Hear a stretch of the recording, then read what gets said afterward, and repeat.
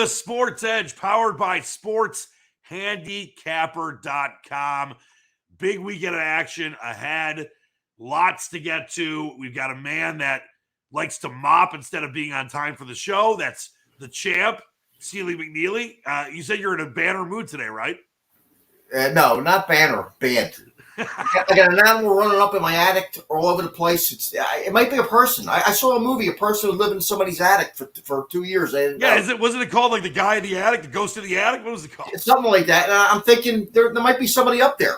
All right, well, guess what? This guy's always in a great mood. The great JB. JB, what's going on, buddy? I'm fantastic. Nobody's up in my attic. Nobody's in my basement because I don't have one. So I'm all good, dude. By the way, I think you told me that your girlfriend made that T-shirt you're wearing. It's pretty impressive.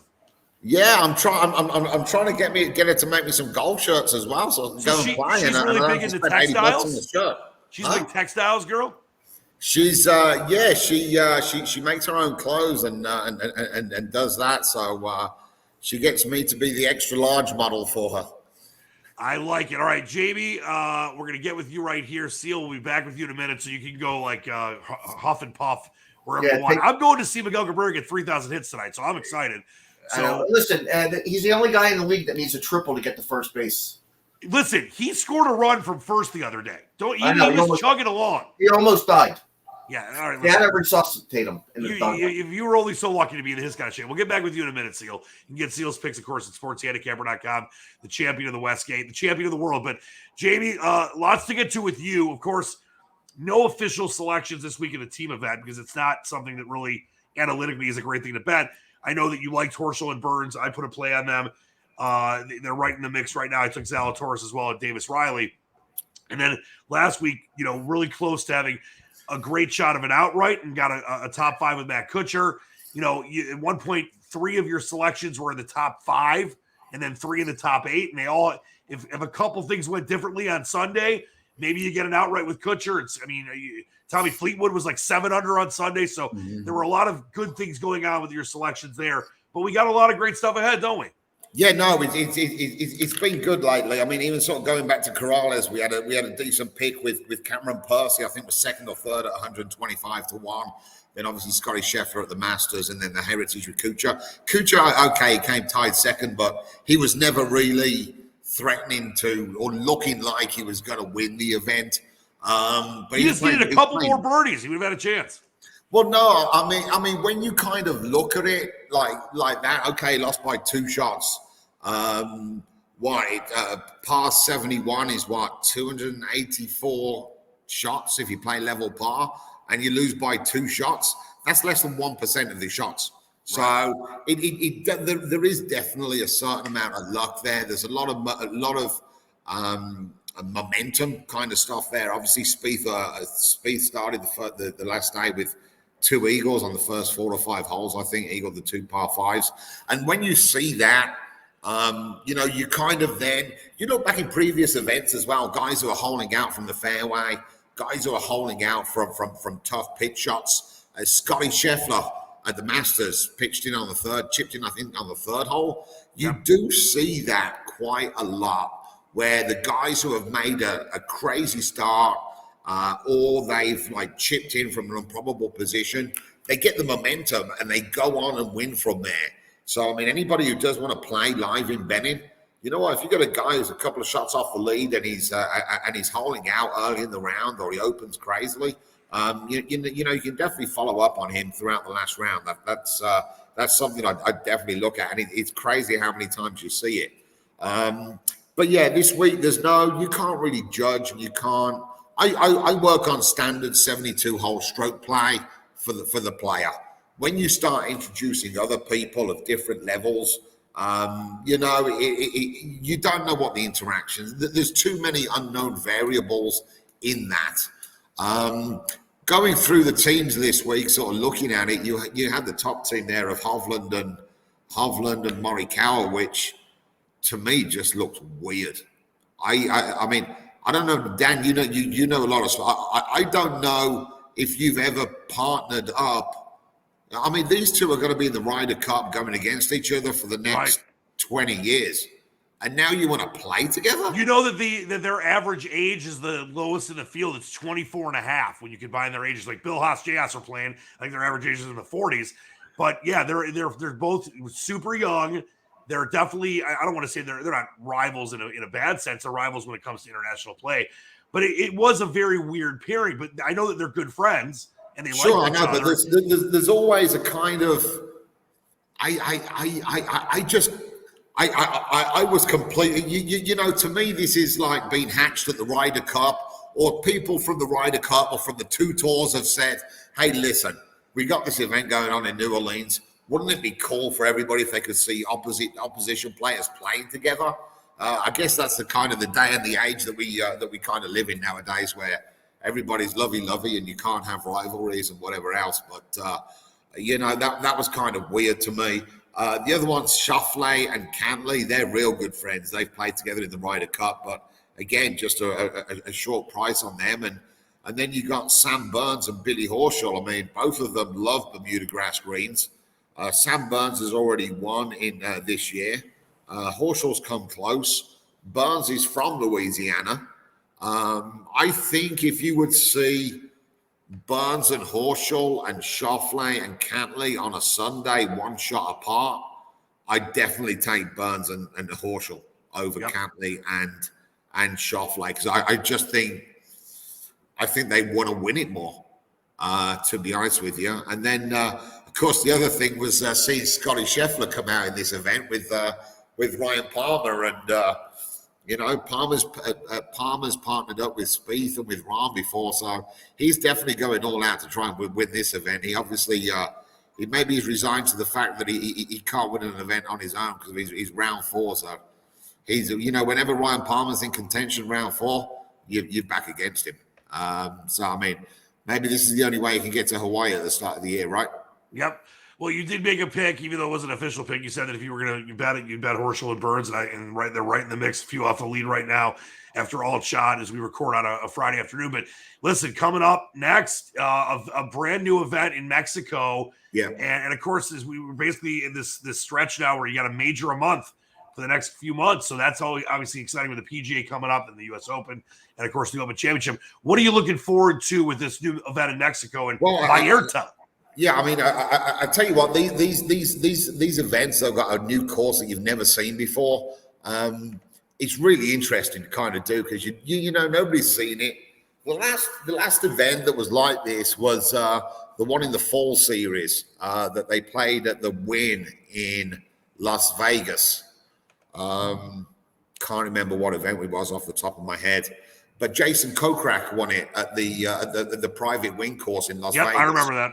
And then it turns out that he was an ambassador for Wynn Casinos or something like that. So he had exclusive, you know, he played the course 20, 30 times more than anybody else. So I was digging around last week, and Carlos Ortiz is the ambassador for this company who are presenting this tournament this week. So now Ortiz is playing god awful this year. He's not been in any events, but hopefully that will keep the price up for Carlos Ortiz. And like I said, I mean, you got no course form to go off. You know, recent form is kind of, you know, you've got the Masters. Can you really compare the Masters to an everyday PGA Tour event? I don't think so. Then you got the Heritage the week after the long week of the Masters. It's kind of up and down and all over the place right now. But you know, Carlos Ortiz is the ambassador for this. I can't remember the name of the company. Is it Vienta or something like that? I'm not too sure. Vivanta. So I know he's definitely played that course a lot, and you can sort of tie that into Jason Kokrak from last year. So he's most probably going to be in the betting somewhere. You know, then you're going to be looking at coastal tracks that have been played for the first time, and see where we can go from there. So you know, but it'll be interesting. It'll be a good puzzle to try and solve and to try and see who you can get there in the frame, and hopefully it'll throw up some outsiders because, like I said, Ortiz has got no recent form whatsoever. He's had missed cuts all over the place this year, right? But he's got the experience there that nobody else has. So, you know, how do the odds compilers react to that? What do they put him up at? I guarantee you they'll probably put him up shorter than what they should, just out of caution.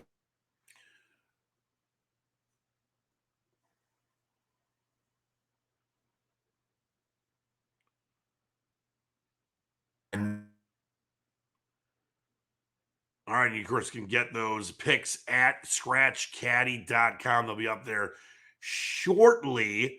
And love stuff. Love it always from Jamie. He's really, dialed into his system and knows what's going on there. And has really had some great success in the last several years doing golf. So we'll continue to check in with the king of the Jamies. Oh, wait, there he is. You left me for a minute there. What in the Sam hell? I apologize, dude. I mean, hey, you live in a third world country. That's what you get. What can I say? But no, Jamie, when can we expect the picks up there at Scratch Caddy? Sorry? When can we expect the Mexico? No, they'll be up there. I mean, obviously, I don't count this event, this Zurich Classic, for anything, for recent form or anything like that. So tomorrow morning, I'll be starting. We'll get the field for the Mexican event tonight at 5 o'clock Eastern. I'll be starting on that first thing tomorrow morning, and they'll be up Monday morning.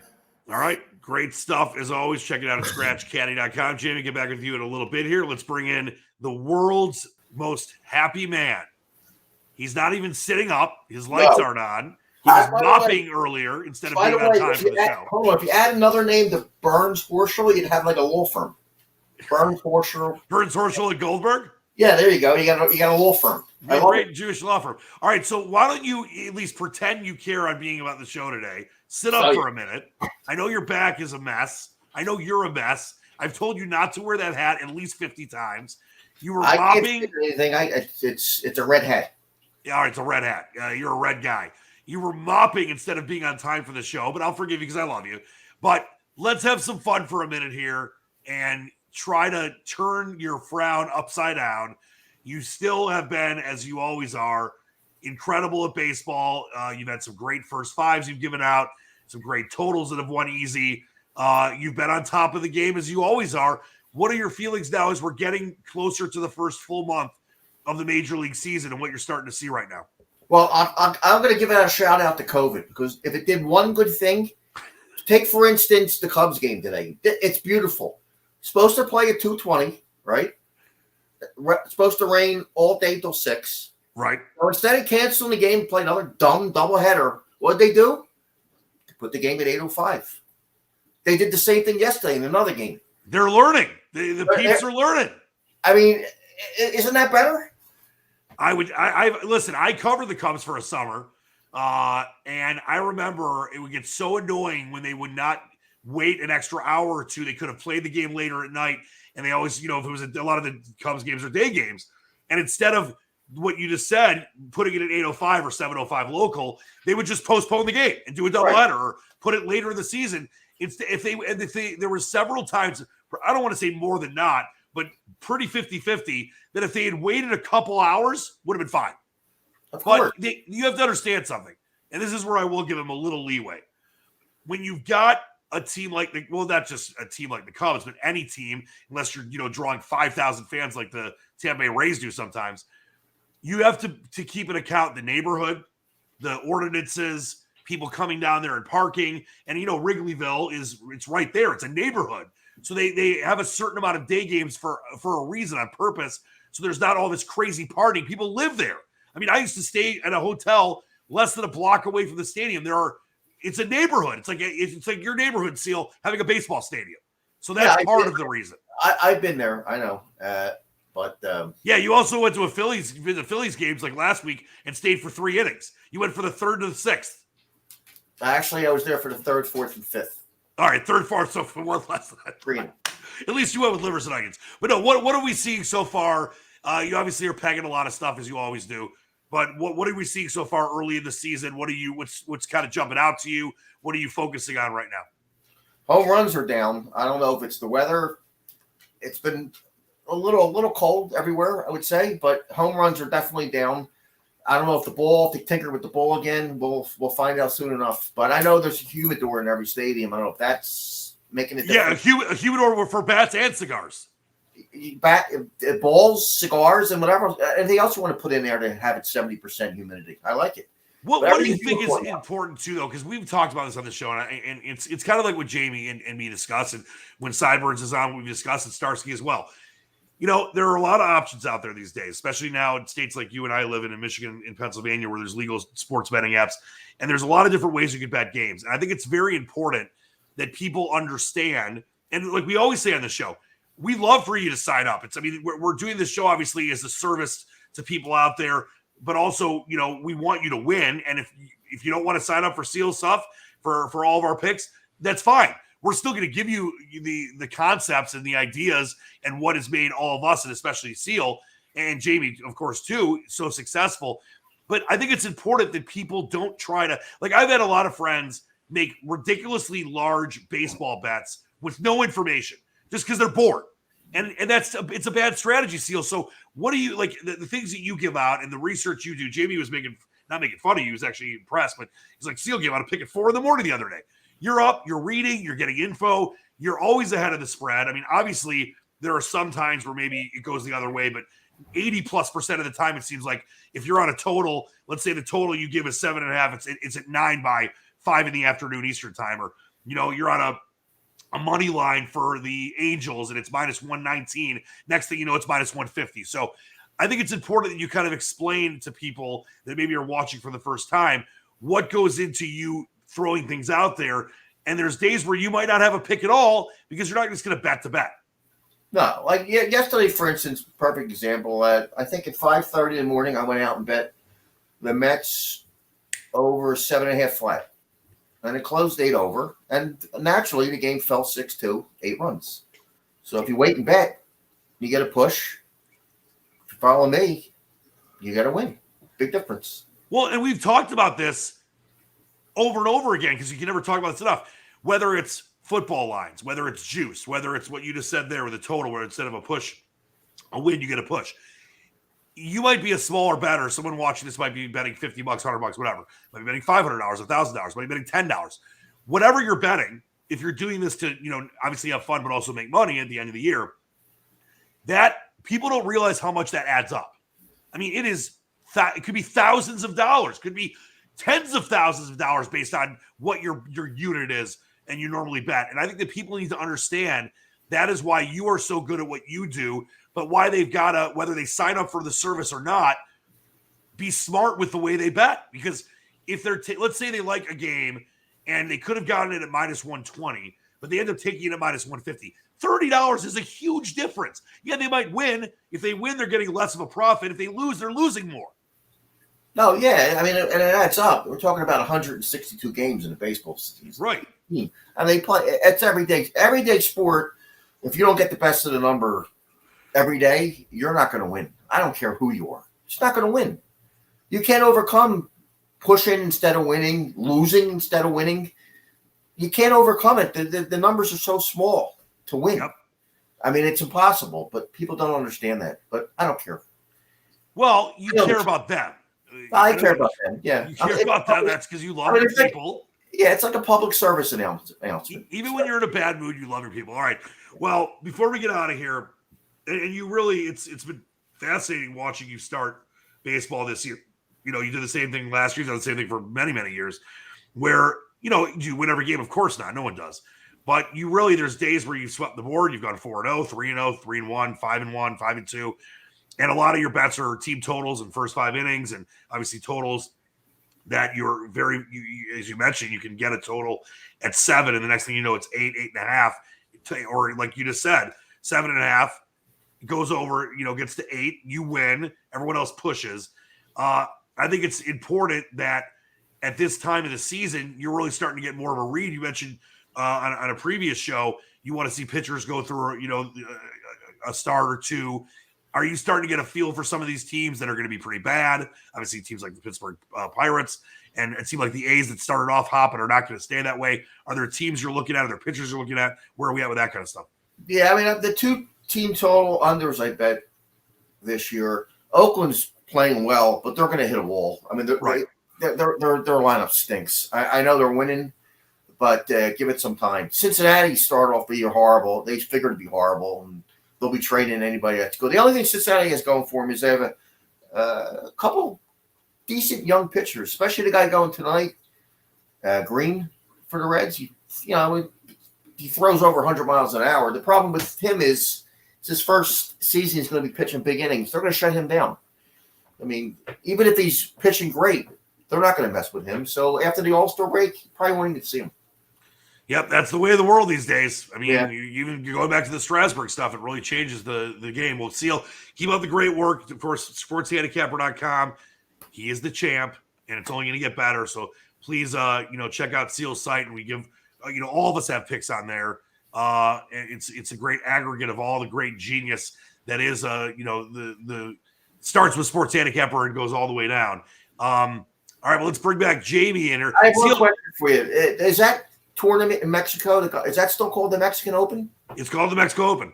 I don't know. Is there a country left in Mexico? I think they're all over here. For the love of Christ. We've discussed this many times, Seal. I'm saying, is not a political show. Okay, I didn't think there was anybody left over there. But yeah, I can always take your camera off. I can always do that. I don't want to, but I can do it. I think they changed the name, the Mexican U.S. Open. All right, before you put your foot in your mouth for the 80th time in the last 80 shows, let's start with parting shots. Jamie, how are you feeling? What do you got for me? Yeah, no, we've got you've got the world heavyweight contest this week with Tyson Fury with that mobster. With Tyson and Dillian Whyte. And the one thing I'm going to say about this is, I mean, Fury's already come out and said he's retiring, right? This is his last fight.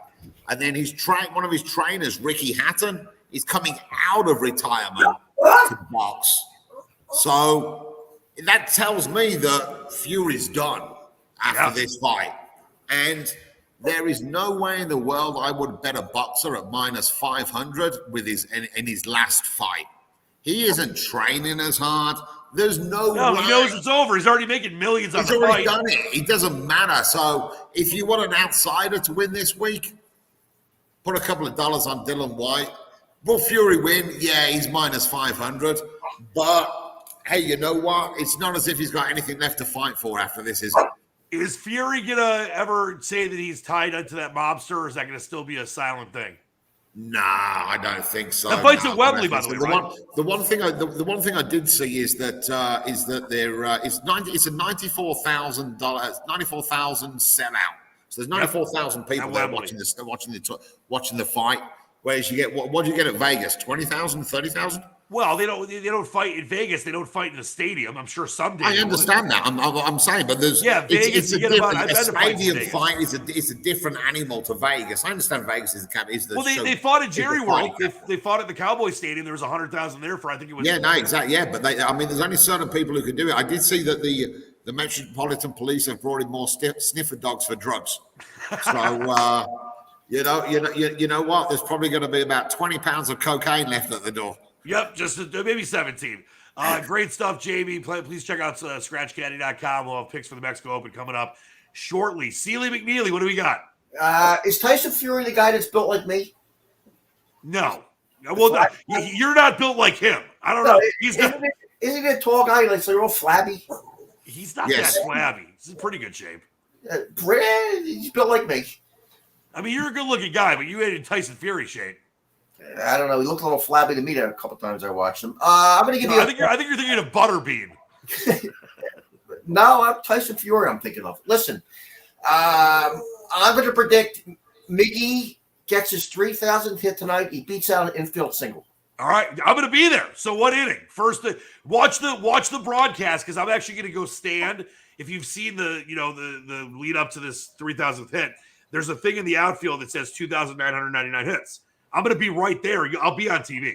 You will see me. I can't wait. I think second time through the lineup, he beats out an infield hit with his blazing speed. All right, you're basically a jackass. A 19 bouncer to shortstop beat. All right, that is it for us today. I'm headed down to Comerica Park. Steinbergs will be with us next week. Starsky will be back in the fold very shortly, but what a great job as always, even with him being late and mopping instead of being on time. The great Sealy McNeely, Jamie, love you guys. I'm Dan Leach, the Squatch. Until next time, keep reaching for the stars. Believe in the dream. Dan Leach, Jamie, Seal, Sports Handicapper, Sportsedge, out.